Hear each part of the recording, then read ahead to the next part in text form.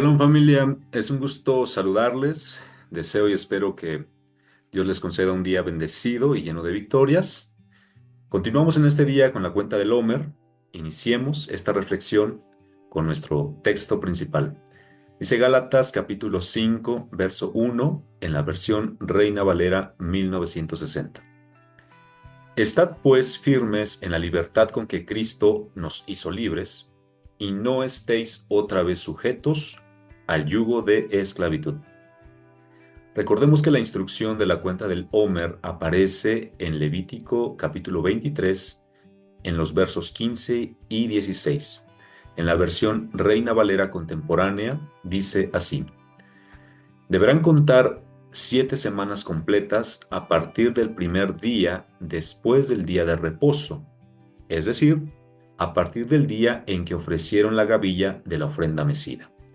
Contarán 50 días hasta el día siguiente al séptimo día de reposo. Entonces ofrecerán al Señor el grano nuevo. Grano nuevo es una referencia para la fiesta de Shavuot, también conocida como la fiesta de las semanas o Pentecostés. Hoy estamos en el día número 5 de la cuenta del Homer y estamos en el proceso de contar 7 semanas completas. En hebreo, este término es Sheva Shabbatot Temimot, que se traduce como 7 días de reposo completos o íntegros. Son 7 semanas en total, es decir, 49 días, más el día siguiente al séptimo Shabbat, dando un total de 50 días. Y en este día 50 se celebra la fiesta de Shavuot. La palabra Temimot es un adjetivo plural, y su singular es la palabra hebrea tamim. Tamim se refiere a una cualidad humana, alguien íntegro, completo, entero, cabal, total, lleno, sin mácula, sin defecto o perfecto moralmente. Una cualidad a la que tú y yo debemos aspirar. Por ejemplo, este término fue usado para describir a Noé en Génesis 6:9. Estas son las generaciones de Noé. Noé, varón justo, era perfecto en sus generaciones. Con Dios caminó Noé.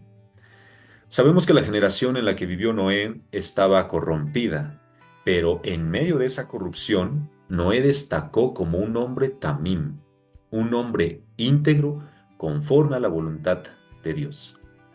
También Dios le pidió dicha cualidad a Abraham en Génesis 17:1. Era Abraham de edad de 99 años, cuando le apareció Adonai y le dijo: Yo soy el Dios Todopoderoso, anda delante de mí y sé perfecto. Tamim es la cualidad que aplica a un ser humano que no tiene fallas morales y puede comprometerse con una relación cercana con Adonai. Un hombre tamim es aquel que cumple con los requisitos de la instrucción de Dios. Si bien la instrucción en la cuenta del Homer es contar, no se trata solo de contar por contar, sino de una etapa de preparación, de crecimiento espiritual. Recordemos que las fiestas bíblicas son sombra y figura de nuestro Mesías Yeshua. Yeshua murió en el madero en el día de Pesaj. Fue puesto en el sepulcro antes de caer el sol y dar inicio a panes sin levadura, y resucitó en el día del Omer Reshit, la primera gavilla. Y también sabemos que las fiestas de primavera celebran la salida de Israel de Egipto. Es decir, celebran la libertad del Israel de Dios, ese pueblo del que tú y yo somos parte. Ese periodo de 50 días comprende desde que los israelitas cruzaron el Mar Rojo hasta que llegaron al monte Sinaí, donde se prepararon para recibir los mandamientos de Adonai. Después de dichos 50 días, Israel recibió la Torá, la voluntad de Dios plasmada por escrito, en lo que podemos llamar el primer Shavuot. En estos 50 días, nuestro pueblo pasó por varias pruebas y desafíos que tenían como objetivo prepararlos espiritualmente para recibir los mandamientos o las cláusulas del pacto de Dios en el monte Sinaí. Por ello, la cuenta del Homer implica mucho más que contar días. Es un periodo de preparación y crecimiento. Es un periodo en el que debemos refinar nuestro carácter para recibir la Torá y el espíritu de santidad en Shavuot, ya que en Shavuot o Pentecostés se celebra y conmemora la entrega de los mandamientos en el monte Sinaí, pero también en el primer siglo, cuando Yeshua muere y resucita, 50 días después, los discípulos se reunieron en Jerusalén para celebrar la fiesta. ¿Cuál fiesta? Shavuot. Y fue allí cuando les fue entregado el espíritu de santidad. Para nuestros antepasados, los israelitas, fue un periodo de preparación en el desierto. En el caso de los discípulos en el primer siglo, una vez que Yeshua resucitó, durante esos 50 días estuvo apareciéndoles para enseñarles asuntos del reino. Ahora, ¿cómo nos preparamos nosotros? Mediante el estudio y meditación de las Escrituras, como lo hemos estado haciendo con la ayuda de varios hermanos desde el día número 1. El libro de Éxodo, de los capítulos 14 al 19, nos muestra 7 pruebas o 7 vivencias importantes que experimentó Israel durante ese periodo de 7 semanas después de la salida de Egipto, y son las siguientes. Número 1, el cruce del Mar Rojo y la salvación de Dios derrotando al ejército egipcio.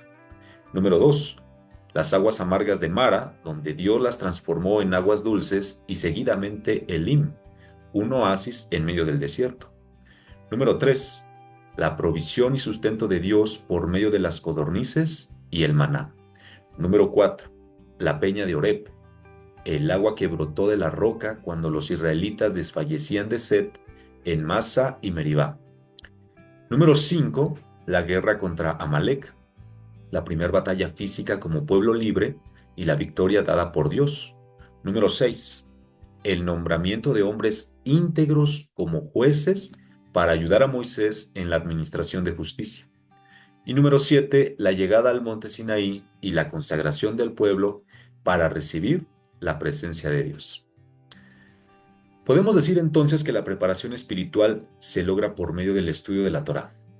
Hay una razón de por qué Dios no entregó sus mandamientos a Israel inmediatamente después de cruzar el Mar Rojo, sino que esperó 50 días en los que los guió a través de pruebas antes de llegar al monte Sinaí.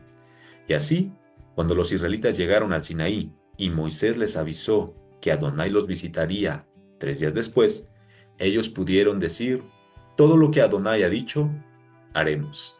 Éxodo 19:8.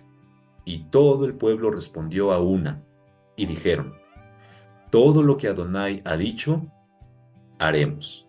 Y Moisés refirió a Adonai las palabras del pueblo, lo que indica que ya estaban listos para recibir los mandamientos.